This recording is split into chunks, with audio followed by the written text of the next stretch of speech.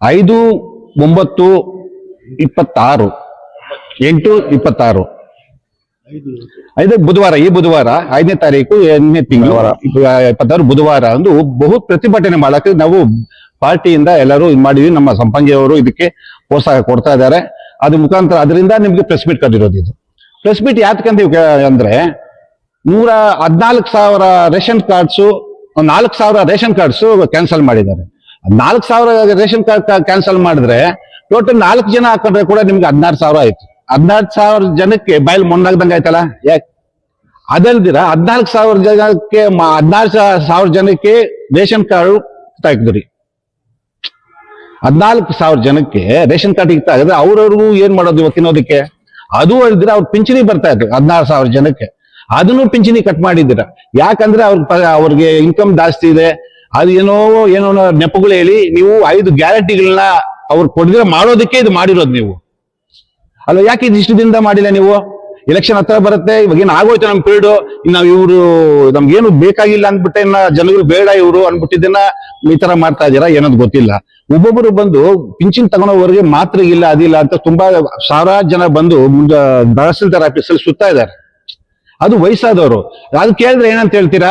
ಅವ್ರ ಮಕ್ಳು 15,000 ಸಂಪಾದಿಸ್ತಾರೆ, ಆ ರೇಷನ್ ಕಾರ್ಡ್ ಇರೋರು 10,000 ಸಂಪಾದಿಸ್ತಾರೆ, ಅದು ಅವರೇಜ್ ಎಲ್ಲೋ ಹೋಗುತ್ತೆ ಅಂತೀರಾ. ಯಾಕೆ ಅವ್ರ ಮಾತ್ರ ಕಿತ್ತಾಕಿ ಓಲ್ಡ್ ಪೆನ್ಷನ್ ಅವ್ರು ಕೊಡ್ರಿ, ರೇಷನ್ ಕಾರ್ಡ್ ತಂದೆ ತಾಯಿ ಇರ್ತಲ್ಲ ಅವ್ರು ಕೊಡ್ರಿ. ನೀವು ರೇಷನ್ ಕಾರ್ಡ್ ಹಾಕಿ ಮಕ್ಕಳನ್ನ ಕಿತ್ತಾಕ್ರಿ. ಇವಾಗ ಒಬ್ಬರಿಗೆ 5 kg ಕೊಡಂಗಿದ್ರೆ ಅದ್ 4 ಜನ ಇದೆ 20 kg ಕೊಡ್ತಾ ಇದ್ರಿ. ಅಟ್ಲೀಸ್ಟ್ 10 kg ಕೊಡ್ರಿ ಅವ್ರಿಗೆ. ಪಾಪ ತಂದೆ ತಾಯಿ ಮಕ್ಕಳನ್ನ ಯಾರು ನೋಡ್ಕೊಂತಾ ಇದಾರೆ ಇವಾಗ ಅಲ್ವಾ? ಇದೆಲ್ಲ ಯೋಚನೆ ಮಾಡಿದಾನೆ ಎಲ್ಲ ಕ್ಯಾನ್ಸಲ್ ಮಾಡ್ಬಿಟ್ರಿ. ಇವತ್ತೊಂದು ಯಾವ್ದು ಪ್ರೆಸ್ ಮೀಟ್ ಇಕ್ಕಿದೀರಾ, ಯಾರೋ ಅಲ್ಲಿಂದ ಬರ್ತಾರೆ, ಯಾರೋ ಮಾಡ್ತಾರೆ, ಏನೋ ಮಾಡ್ತಾರೆ ಅನ್ಬಿಟ್ಟಿದ್ದೆ ಎಲ್ಲ ಮಾಡಿ ಜನಗಳ ಬಾಯಲ್ಲಿ ಮಣ್ಣಾಗ್ತಾ ಇದೀರ. ಇವತ್ತೆಷ್ಟು ಜನ ಬಾಧೆ ಬೀಳ್ತಾ ಇದಾರೆ, ಪಿಂಚಣಿ ಇಲ್ದಿರಾ, ರೇಷನ್ ಕಾರ್ಡ್ ಇಲ್ದಿರಾ. ಇನ್ನೊಂದೇನಂದ್ರೆ 5 ಗ್ಯಾರಂಟಿಗೆ ಬೇಕಾಗಿರೋದೇ ರೇಷನ್ ಕಾರ್ಡ್, ಅದನ್ನೇ ಕಿತ್ತಾಕಿದೀರಾ. ಯಾಕಂದ್ರೆ ನಿಮ್ಗೆ ಬರ್ತಾ ಎಲೆಕ್ಷನ್ ಹತ್ರ ಬರ್ತಾ ಇದೆ. ನೀವು ನೆಕ್ಸ್ಟ್ ಬರಲ್ಲ ಅಂತ ಗೊತ್ತಿದೆ ಇವ್ರಿಗೆ.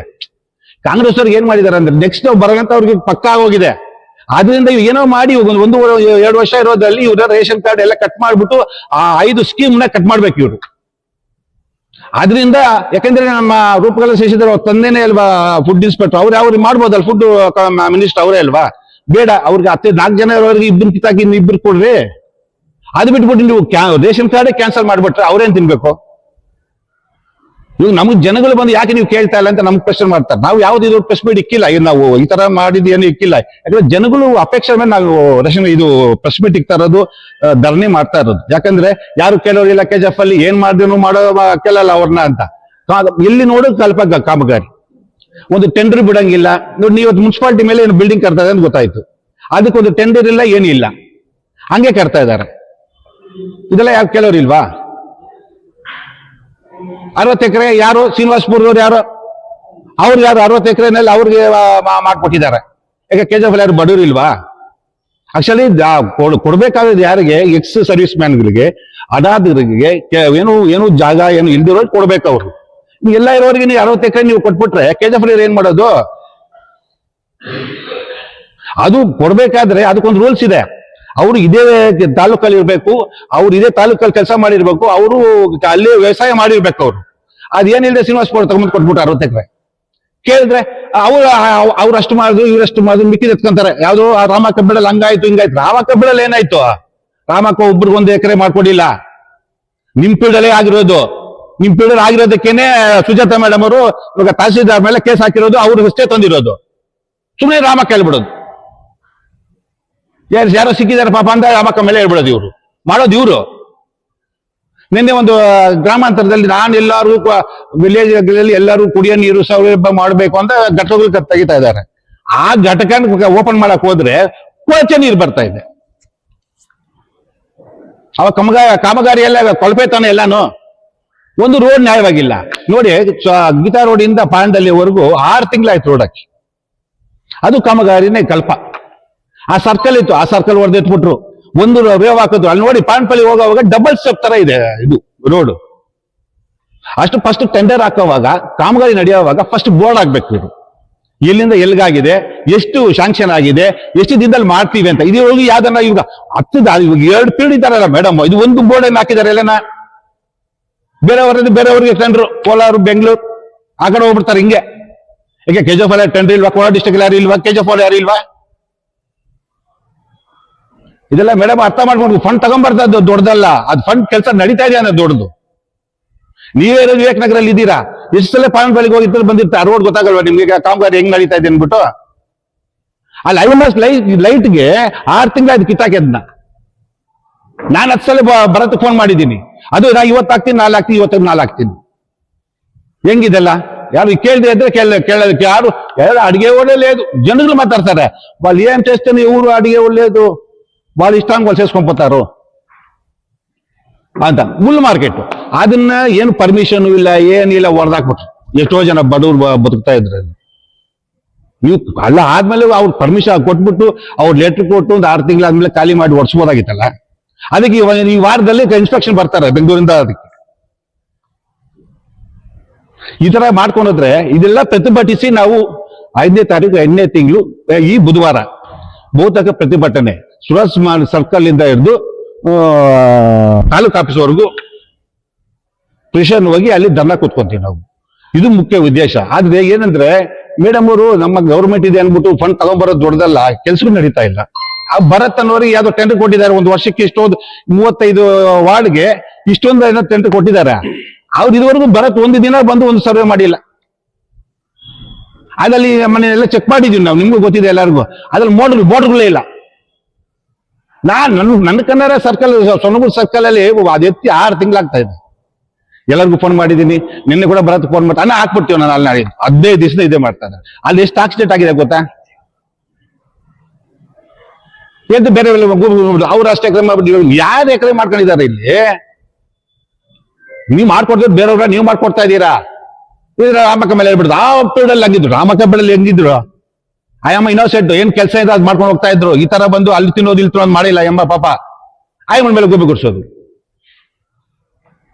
ಇವ್ ಮೊನ್ನೆ ಏನೋ ಅಂತ ಹೇಳಿದ್ದಾರೆ, ತಮಗೆ ಅವ್ರು ಅಲ್ಲೇನೋ ಒಂದು ಜಾಗ ಹಿಡಿದು ಬಿಟ್ಟಿದ್ದಾರೆ ಅಂದ್ರಿ, ಅವ್ರು ದುಡ್ಡು ಕೊಟ್ಟು ತಗೊಂಡಿರೋದು. ಅದು ಯಾವ್ದು ಇವ್ರು ಏನಾಗಿದೆ ಅಂದ್ರೆ ಇಷ್ಟು ದಿನ ಏನು ಬರಲ್ಲ ಇವೆಲ್ಲ ಅವ್ರು ತಗೊಂಡ್ಬಿಟ್ರು ಅವ್ರು ತಿಂದ್ರು ಅಂತ. ನಾವು ಯಾವಾಗ ಇವ್ರ ಮೇಲೆ ನಾವು ಹೇಳಕ್ ಹೋದ್ವೋ, ನಾವು ಅಬ್ಜೆಕ್ಷನ್ ಮಾಡಕ್ ಹೋದ್ವೋ ಎಲ್ಲಾದ ಮೇಲೇನು, ಆವಾಗ ಏನ್ ಮಾಡ್ತಾರೆ ಇವ್ರು ಏನೋ ಒಂದ್ ಇಷ್ಟು ದಿನ ಸುಮ್ಮನೆ ಇದ್ಬಿಟ್ರು. ಇವಾಗ ಅವ್ರು ಹಂಗ್ ಮಾಡ್ಬೇಡಿ ಇವ್ರು ಹಿಂಗ್ ಮಾಡ್ಬಿಟ್ಟಿದ್ದಾರೆ ಅಂತ. ಏನ್ ನ್ಯಾಯ ಇದೆಲ್ಲ? ಅವಾಗ ನಾವು ಏನ್ ಮಾಡಿದ್ರು ಕೇಳಿದ್ರೆ ಇದ್ರೆ ನಾವು ಒಳ್ಳೆಯವ್ರು ನಾವು ಅಲ್ವಾ? ಅದರಿಂದ ನಾವು ಪ್ರತಿಭಟನೆ ಮಾಡೋದಕ್ಕೆ ನಾವು 5ನೇ ತಾರೀಕು 8ನೇ ತಿಂಗಳು ಬುಧವಾರ ರೆಡಿ ಮಾಡಿದೀವಿ. 1,000, 5,000, 6,000 ಜನ ನಾವು ಸೇರಿಸ್ತೀವಿ. ಯಾಕಂದ್ರೆ ಜನಗಳು ತುಂಬಾ ಕಷ್ಟ ಬೀಳ್ತಾ ಇದಾರೆ ಪಾಪ. ರೇಷನ್ ಕಾರ್ಡ್ ಇಲ್ದಿರಾ, ಪಿಂಚಣಿ ಇಲ್ದಿರಾ ಮಾಡ್ತಾ ಇದ್ದಾರೆ. ಕೇಳಿದ್ರು ಹೇಳೋದು, ನಿಮ್ ಮಗಕ್ಕೆ ಆ ಮಗನಿಗೆ 1.5 ಲಕ್ಷ ಬರ್ತಾ ಇದೆ, ನೀವು ಪೇ ಮಾಡಿ. 1.5 ಲಕ್ಷನ ಬರ್ಲಿ 2 ಲಕ್ಷನ ಬರ್ಲಿ, ಅವನು ಕಿತ್ತಾಕ್ರಿ. ಈ ತಂದೆ ತಾಯಿ ಕೊಡಿ ರೇಷನ್, ಅವ್ರ ಬಾಯಿ ಮೇಲೆ ಕೊಡಿತೀರಾ? ಪಿಂಚಣಿ ಪಾಪ, ನಿಮ್ ಪಿಂಚಣಿ ತಂದೆ ತಾಯಿ ಅವ್ರು ಏನು ಮಕ್ಳು ಯಾರು ಸಾಕಲ್ಲ ಈ ನಡುವೆ. ಅವ್ರೇನೋ ಬಂದಾಗ ಎಷ್ಟು ಜನ ಎದುರು ನೋಡ್ತಾರೆ ಗೊತ್ತಪ್ಪ. ನನ್ಗೆ ಗ್ರಾಮಾಂತರದಲ್ಲಿ ಒಬ್ರು ಹೇಳ್ತಾರೆ, ನಿನ್ನೆ ಎಷ್ಟೋ ಜನ ಪಿಂಚಣಿ ಬಂದಿಲ್ಲ, ಮಾತ್ರ ತೀರ್ಸ್ಕೊಳ್ಳೋದು మేము. ನಮ್ ಕಾರ್ಯಕರ್ತರ ಒಬ್ರು 500 ರೂಪಾಯಿ ಕೊಟ್ಟಿದ್ದಾರೆ. ಗೊತ್ತಿದ್ದು ಇಷ್ಟ ಆದ್ರೆ ಗೊತ್ತಿಲ್ದಿರ ಎಷ್ಟಾಗಿರುತ್ತೆ. ಯಾಕೆ ಹೊಡಿತೀರ ಬಡವರು ಹೊಟ್ಟೆ ಮೇಲೆ? ಟೆಂಡರ್ ಕರೀತೀರಾ, ಒಂದು ಟೆಂಡರು ಕರೆದಿದ್ದೇ ಇಲ್ಲ, ಯಾವ್ದು ಇಲ್ಲ. ಅವರಷ್ಟೇ ಟೆಂಡರ್ ಹಾಕೋದು, ಅವರೇ ಇದು ಮಾಡೋದು, ಅವರೇ ಮಾಡೋದು. ಒಂದು ಬೋರ್ಡ್ ಇಲ್ಲ ಇನ್ನು. ಅದರಿಂದ ನಾವು ಈ 5ನೇ ತಾರೀಕು ಬಹುತೇಕ ಪ್ರತಿಭಟನೆ ಮಾಡೋದಕ್ಕೆ ನಾವು ಸಜ್ಜಾಗಿದ್ದೀವಿ. ಅದರಿಂದ ಅದನ್ನ ನೀವು ನಮ್ಗೆಲ್ಲ ಸಹಕರಿಸ್ಬೇಕು, ನೀವು ಪೇಪರ್ ಮಾಧ್ಯಮದವರೆಲ್ಲ. ಯಾಕಂದ್ರೆ ನಾವೇನೇ ಹೇಳಿದ್ರೆ ನಿಮ್ಮ ಮುಖಾಂತರನೇ ಎಲ್ಲರಿಗೂ ಜನಗಳಿಗೆ ಹೋಗೋದು. ಅದು ಇದ್ರ ಮುಖ್ಯ ಪಾತ್ರ ನಿಮ್ಮ ಹತ್ರ ಇರುತ್ತೆ. ನಾವೇನು ಮಾತಾಡಿದ್ರೆ ಕೂಡ ನೀವೇನ್ ಬರೀತೀರಾ, ಇರೋತ್ತಾನೆ ಬರೀತೀರಾ. ನಾವ್ ಇರೋದು ಹೇಳ್ತಾ ಇರೋದು, ಇಲ್ದಿದ್ದೇನು ಹೇಳಿರ ನಾವೇನು. 5ನೇ ತಾರೀಕು ನಮ್ಮ ಇಡೀ KGF ಕ್ಷೇತ್ರದಿಂದ ಧರಣಿ ಮಾಡಬೇಕು ಅಂತ. ಯಾಕಂದ್ರೆ ಕಾಂಗ್ರೆಸ್ ಸರ್ಕಾರ ಮಾಡಿರುವಂತಹ ದುರಾಡಳಿತ, ಈಗ ನಡೀತಾ ಇರುವಂತಹ ಅವ್ಯವಹಾರಗಳು, ಅದೆಲ್ಲ ಖಂಡಿಸಿ ಈ ಮೊನ್ನೆ ಈಗ ಪೆನ್ಷನ್ ಅಲ್ಲಿ ಸುಮಾರು 14,000 ಅಷ್ಟು ಕಟ್ ಮಾಡಿದ್ದಾರೆ. ಅದನ್ನ ರೇಷನ್ ಕಾರ್ಡ್ಗಳಲ್ಲಿ 4,000 ಅಷ್ಟು ಕಡಿತ ಆಗಿದೆ. ಇವೆಲ್ಲವನ್ನೂ ನಾವು ಈ ಭೂ ಹಗರಣ ಆಗ್ತಾ ಇದೆ. ಅದು ಅಲ್ಲದೆ APMCದು ನಮ್ಮ ಈ ಕ್ಷೇತ್ರದ ವಿಕೋಡ ಹತ್ರ ಇರುವಂತಹ ಕದ್ರಿಗಾನಿ ಕುಪ್ಪ ಸರ್ವೆ ನಂಬರ್ ಅಲ್ಲಿ ಮೊನ್ನೆ ಹೇಳ್ತಾ ಇದ್ರು ಒಬ್ಬ ನಮ್ಮ ಮಿತ್ರರು, ಈ ತರ ನಾವು APMC ಮಾಡ್ತಾ ಇದ್ರೆ ನಮ್ಮ ಇವು ಮಾಜಿ ಶಾಸಕರು ಬಂದು ನಮಗೆ ತೊಂದರೆ ಮಾಡ್ತಾ ಇದ್ದಾರೆ ಅಂತ. ಅದು ಆ APMC ಅಲ್ಲಿ ಬೇಕಾದಷ್ಟು ಗ್ರಾನೈಟ್ ಎಲ್ಲ ತರ ಸಿಕ್ಕಿತ್ತು. ಅದೆಲ್ಲಾನು ಆವಾಗ ಅಕ್ರಮ್ ಪಾಷಾ ಅಂತ ಯಾರು ನಮ್ಮ DC ಇದ್ರು ಅವರು, ಅದ್ರ ಜೊತೆನಲ್ಲಿ ಇನ್ನ ಅವರ ಇಬ್ಬರು ದೊಡ್ಡ ವ್ಯಕ್ತಿಗಳೆಲ್ಲ ಸೇರಿ ಅದನ್ನ ಚೆನ್ನೈಗೆಲ್ಲ ಕಳಿಸ್ತಾ ಇದ್ರು. ಅದನ್ನ ಹೋಗಿ ನಾವೆಲ್ಲ ಹೋಗಿ ಗಲಾಟೆ ಮಾಡಿ ಆ ಕ್ಷೇತ್ರದೆಲ್ಲ ಕೂಡ ನಿಲ್ಸಿದೀವಿ, 4-5 ಟ್ರಿಪ್ ಎಲ್ಲ ಹೋಗಿ ನಿಲ್ಸಿದೀವಿ. ಅವ್ರ ಮನೆ ಏನ್ ಹೇಳಿದ್ರು, ಏನು ಸಿಕ್ಕಿಲ್ಲ, ಇರೋ ಕಲ್ಲುಗಳೆಲ್ಲ ಹಾಕ್ಬಿಟ್ಟು ನಾವು ಮಣ್ಣು ಮುಚ್ಚಿಬಿಟ್ಟಿದೀವಿ, ಅಲ್ಲೆಲ್ಲ ಬರೀ ಕಲ್ಲುಗಳು ಸಿಗ್ತಾ ಇದೆ, ಯಾವ ಗ್ರಾನೈಟ್ ಸಿಕ್ಕಿಲ್ಲ ಅಂದ್ರು. ಅದೆಲ್ಲ ಕೂಡ ನಾವು ಅದ್ರ ಬಗ್ಗೆ ಕೂಡ ತಾಲೂಕ್ ಕಚೇರಿಗೆ ಹೋಗಿ ನಾವು ಅಲ್ಲಿ ಕೂಡ ಪ್ರತಿಭಟನೆ ಮಾಡಿ ಅವ್ರಿಗೆಲ್ಲ ತಿಳಿಸಿದೀವಿ, ಈ ತರ ನಡೀತಾ ಇದೆ.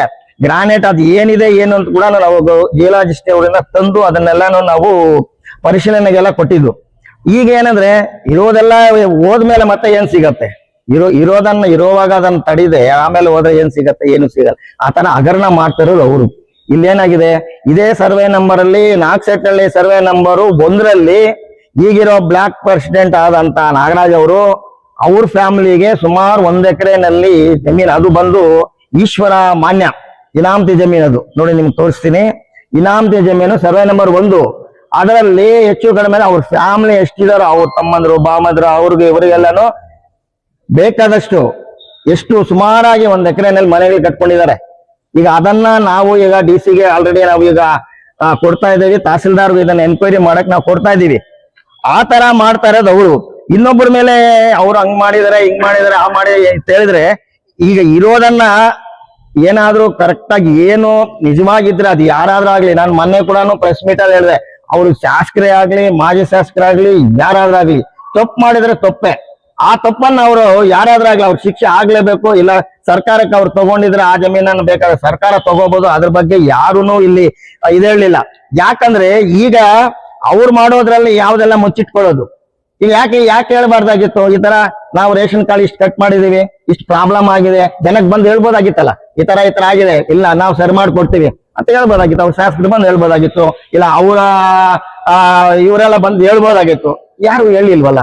ಅದಿಲ್ಲ. ಈಗ ನೀವೇ ಇದ್ಕೊಂಡು ನೀವು ಇಷ್ಟೆಲ್ಲ ಬ್ಲಾಕ್ ಪ್ರೆಸಿಡೆಂಟ್ ಆಗಿ ನೀವು ಇದ್ಕೊಂಡು ನೀವು ಹೋಗಿ ನಿಮ್ ಸ್ವಂತವ್ರಿಗೆ ನೀವು ಮನೆಗಳು ಕಟ್ಕೊಂಡು ನೀವು ಇದ್ದೀರಲ್ಲ, ಅದು ಯಾವ್ದು ದೇವಸ್ಥಾನ ಇನಾಮತಿ ಸರ್ವೆ ನಂಬರ್ 1. ಬೇಕಾದ್ರೆ ನೀವು ನೋಡ್ಬೋದು. ಈಗ ದೀಕ್ಷಾಂಕಲ್ ಹೋದ್ರೆ ನಿಮ್ಗೆ ಗೊತ್ತಾಗತ್ತೆ ಎಷ್ಟು ಹೋಗಿದೆ ಅಂತ. 2 ಎಕರೆ 31 ಗುಂಟೆಯಲ್ಲಿ ಅಷ್ಟೆಲ್ಲ ನೀವು ಮಾಡಿದ್ರೆ ಎಲ್ಲ ಸರಿ ಇರುತ್ತೆ. ಬೇರೆಯವ್ರೇನಾದ್ರು ಅದು ಸರಿ ಇಲ್ದವ್ರೆ ಕೂಡ ಕರೆಕ್ಟ್ ಆಗಿ ಮಾಡಿದ್ರೆ ಕೂಡ ಅದನ್ನ ತೆಗೆದು ಹಗರಣೆಗೆ ಹಾಕೋದಾ? ಈಗ 525 ಎಕರೆ ಅಂದ್ರು, ಎಲ್ಲಿ ಬಂತು 525 ಎಕರೆ? ಯಾರು ಮಾಡಿದ್ರು? ಅವ್ರೇನ ಮಾಡ್ಕೊಂಡಿದ್ರ? ರಾಮಕ್ಕ ಅವರ ಸಹಿಯನ್ನ ಅವರೇ ಅಧಿಕಾರಿಗಳು ಮಾಡಿ 15 ಜನ ಅಧಿಕಾರಿಗಳೀಗ ಸಸ್ಪೆಂಡ್ ಆಗಿದ್ದಾರೆ. ನಿಮಗ್ ಗೊತ್ತಲ್ಲ ಏನಾಗಿದೆ ಏನು ಅಂತ. ಈ ತರ ಎಲ್ಲ ಮಾಡ್ತಾ ಇರೋ ವಿಚಾರದಲ್ಲಿ ಇನ್ನೊಬ್ಬರ ಮೇಲೆ ಸುಮ್ನೆ ಯಾವ್ದೋ ಒಂದು, ಈಗ ನಾವು ಬರ್ಬೇಕು ಪ್ರೆಸ್ ಹತ್ರ ಏನೋ ಒಂದು ಹೇಳ್ಬಿಡ್ಬೇಕು, ನಿಮ್ ಹತ್ರ ಹೇಳ್ಬಿಟ್ರೆ ಏನೋ ಆಯ್ತು ಏನೋ ಒಂದು ಹೇಳ್ಬೇಡ ಅನ್ನೋ ಉದ್ದೇಶ. ಇದು ನಾವು ಆತರ ಮಾಡಕ್ ಹೋಗಲ್ಲ. ನಮ್ಗೆ ಏನ್ ಅನ್ಯಾಯ ಆಗಿದೆ, ಜನರಿಗೆ ಏನ್ ಅನ್ಯಾಯ ಆಗಿದೆ, ಜನರಿಗೆ ಏನ್ ತೊಂದರೆಗಳಾಗ್ತಾ ಇದೆ, ಸಾರ್ವಜನಿಕರಿಗೆ ಒಂದು ಅಧಿಕಾರದಲ್ಲಿ ಇದ್ದಾಗ ಒಂದು ಸರ್ಕಾರ ಆಗ್ಲಿ MLA ಆಗ್ಲಿ ಯಾರಾದ್ರೂ ಆಗ್ಲಿ ಅವ್ರಿದ್ದಾಗ ನಮ್ ಕೈಯಲ್ಲಾದಷ್ಟು ಮಾಡ್ಬೇಕು. ನಾವ್ ಅದ್ ಏನ್ ಮಾಡ್ತೀವೋ ಅದನ್ನ ಮಾಡ್ದಾಗ್ಲೇ ನಮ್ಗೊಂದು ಜನ ನಮ್ ಮೆಚ್ಕೊಳ್ಳೋದು, ನಮ್ಗೆ ಇದ್ ಮಾಡೋದು. ಈಗ ನಾವು ಸುಮ್ಮನೆ ಹಗರಣಗಳು ತೆಗೆದು ಹಾಕಿದ್ರೆ ನಮಗೂ ಗೊತ್ತು, ನಮಗೂ ಬೇಕಾದಷ್ಟಿದೆ ಹಾಕಕ್ಕೆ. ಒಂದಲ್ಲ ಎರಡಲ್ಲ. ಕಾಂಗ್ರೆಸ್ ಸರ್ಕಾರ ಏನೇನ್ ಮಾಡುತ್ತೆ, ಏನ್ ಮಾಡಿದೆ, ಎಷ್ಟು ಹಗರಣಗಳಿದೆ. ನಮ್ಮ ಲೋಕಲ್ ಅಲ್ಲೇ ಇರುವಂತ ಹಗರಣ ಬೇಕಾದ ತೆಗೆದು ಹಾಕುವಷ್ಟು ಇದೆ. ನಾವೇನ್ ಸುಮ್ನೆ ಕೂತ್ಕೊಳ್ಳೋದು ಇಲ್ಲ. ನೀವು ಸುಮ್ನೆ ಈ ತರ ಇಲ್ದೆ ಸಲ್ದೇ ಇರೋದೆಲ್ಲ ಮಾಡ್ತಾ ಇದ್ರೆ ನಿಮ್ ಅದನ್ನ ಅನುಭವಿಸ್ತೀರಾ ನೀವ್. ಯಾಕಂದ್ರೆ ಈಗ ಯಾವ್ದೋ 1-2 ಇಲ್ದೇ ಇರೋದನ್ನ ನೀವು ತೋರಿಸಿರೀರ, ನಾವ್ ಇರೋದನ್ನ ತೋರಿಸ್ತಾ ಇದೀವಿ. ಈಗ ನೋಡಿ ನೀವು ಪ್ರೆಸ್ ಅವ್ರು ನಿಮ್ಗೆ ಈಗ್ಲೂ ನಾನು ತೋರಿಸ್ತೀನಿ. ಇದು ನೋಡಿ, ನೀವು ಸರ್ವೆ ನಂಬರ್ 1ರಲ್ಲಿ ನಾಗಸೆಟ್ಟಳ್ಳಿ ಸರ್ವೆ ನಂಬರ್ 1ರಲ್ಲಿ ಅದು 2 ಎಕರೆ 31 ಗುಂಟೆ ಯಾಕೆ ಬರುತ್ತೆ ನೋಡಿ, ಹೆಂಗ್ ಬರುತ್ತೆ? ಇನಾಮತಿ ಜಮೀನು, ದೇವಸ್ಥಾನ ಇನಾಮತಿಯಲ್ಲಿ ಕಟ್ಕೋಬೋದಾ ಮನೆಗಳು? ಯಾರಾದ್ರೂ ಸ್ಯಾಂಕ್ಷನ್ ಮಾಡ್ತಾರಾ? ಮಾಡಕ್ ಆಗತ್ತಾ? ಅಂತದೆಲ್ಲ ಮಾಡ್ತಾರದ್ ನೀವು. ಅದನ್ನ ತಗೊಂಡ್ ಹೋಗ್ಬಿಟ್ಟಿದೆ ಮನೆ ತಹಸೀಲ್ದಾರ್ ಕೊಟ್ಟಿದ್ದೀರಾ, DC ಕೊಟ್ಟಿದ್ದೀರಾ, ಈ ತರ ಅಂತ ಮಾಡ್ಲಿ. ಅವ್ರು ಬರ್ಬೇಕು. ಯಾಕಂದ್ರೆ ಇದು ಗೊತ್ತಾಗ್ಬೇಕು, ತಹಸೀಲ್ದಾರ್ ಅಧಿಕಾರಿಗಳಿಗೂ ಗೊತ್ತಾಗ್ಬೇಕು ಯಾರು ಮಾಡಿರೋದು. ಒಬ್ಬ ಅಧಿಕಾರಿ ತಾನೇ ಮಾಡ್ತಾನೆ, ತಹಸೀಲ್ದಾರ್ ಆಗ್ಲಿ DC ಆಗ್ಲಿ. ಇದು ಏನಾದ್ರೂ ಮಂಜೂರು ಮಾಡ್ಬೇಕಂದ್ರೆ ಯಾರು ಮಾಡ್ಬೇಕು? ತಹಸೀಲ್ದಾರ್ ಮಾಡಿರ್ಬೇಕು. ಈಗ ಅವ್ರಿಗೂ ಅಷ್ಟೇ ಇನಾಮತಿ ಜಮೀನೇ ಇರ್ಬೇಕು. ಆ ಇನಾಮತಿ ಜಮೀನು ಈಗ ಒಬ್ಬ SC ಇನಾಮತಿ ಜಮೀನು SC ಮಾಡ್ಕೋಬಾರ್ದು. ಅದೇ ಈಗ ಇದು ಜನರಲ್ ಇನಾಮತಿ ನೀವು ಹೆಂಗ್ ಮಾಡ್ಕೊಳ್ತೀರಾ? ಮಾಡ್ಕೊಳಕ್ ಅಧಿಕಾರ ಇದೆಯಾ? SC ತಗೋಬಹುದು, SC ಜಮೀನನ್ನ SC ತಗೋಬಹುದು, ಅದೇನ್ ತಪ್ಪೇನಿಲ್ಲ. ಅದೇ ಇಲ್ದೆ SC ಜಮೀನನ್ನ ಜನರಲ್ ತಗೋಬಾರ್ದು. ಕಾನೂನಲ್ಲಿ ಇರೋದು ಆ ರೀತಿ. ಅಂತದೆಲ್ಲ ಇದೆ. ಅವೆಲ್ಲ ಏನು ಯೋಚನೆ ಮಾಡ್ಲಿಲ್ಲ ನೀವು. ಏನೋ ಇತ್ತು ನಮ್ಮ ಹತ್ರ ಏನೋ ಹೇಳ್ಬೇಕು ಅಂತ ಹೇಳ್ಬಿಟ್ರು.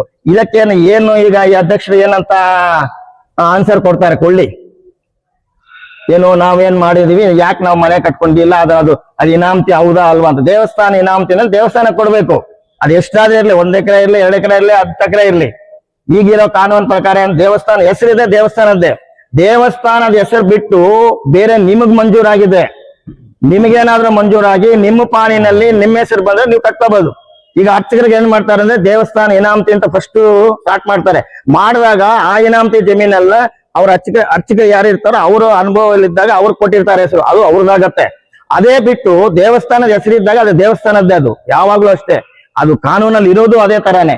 ನೀವೇನೇನೀಗ ದೇವಸ್ಥಾನ ಇನಾಮತಿನಲ್ಲೇ ನೀವು ಈಗ ಕಟ್ಕೊಂಡು ಇನ್ನೊಬ್ಬರ ಮೇಲೆ ಹೇಳ್ಬೇಕು ಅಂದ್ರೆ ನಾವಿಲ್ಲಿ ಸರಿಯಾಗಿ ಹೋಗ್ಬೇಕು. ನಾವ್ ಹೋಗ್ತಾರ ದಾರಿ ಕರೆಕ್ಟ್ ಆಗಿದೆಯಾ, ನಾವ್ ಇನ್ನೊಬ್ಬರ ಮೇಲೆ ಏನಾದ್ರು ಹೇಳ್ಬೋದು. ಅದನ್ನ ತಿಳ್ಕೋಬೇಕು ಅಷ್ಟೇ. ನಮ್ಮ ಈ ಕಾಂಗ್ರೆಸ್ ಮಿತ್ರರು ಏನ್ ಮಾಡ್ತಾ ಇದಾರೆ ಅಂದ್ರೆ ಇಲ್ದೇ ಸಲ್ದೆಲ್ಲ ತೆಗೆದು ಮಾಡ್ತಾ ಇದಾರೆ. ಅದಕ್ಕೋಸ್ಕರ ನಾಳೆ 5ನೇ ತಾರೀಕು ಬೃಹತ್ವಾಗಿ ನಾವು, ಯಾಕಂದ್ರೆ ಇಡೀ ಕ್ಷೇತ್ರದಿಂದ ಹೆಚ್ಚಿನ ಸಂಖ್ಯೆಯಲ್ಲಿ ಬಂದು ಸುರಾಜಮಲ್ ಸರ್ಕಲ್ ಇಂದ ನಮ್ಮ ತಾಲೂಕ್ ಆಫೀಸ್ಗೆ ಮುತಿ ಹಾಕಿ ಅವ್ರಿಗೆ ನಮ್ಗೆ ಇಲ್ಲಿ ನಡೆದಿರೋ ಅನ್ಯಾಯಗಳೆಲ್ಲ ಅವ್ರಿಗೆ ಅಧಿಕಾರಿಗಳಿಗೆ ತಿಳಿಸಿ ಅದನ್ನ ಸರಿ ಮಾಡ್ತಾರ ಇಲ್ವಾ ಅಂತ ನೋಡಿ, ಇಲ್ಲ ಅಂದ್ರೆ ಮತ್ತೆ ನಾವು DC ಆಫೀಸ್ಗೆ ಹೋಗ್ತೀವಿ.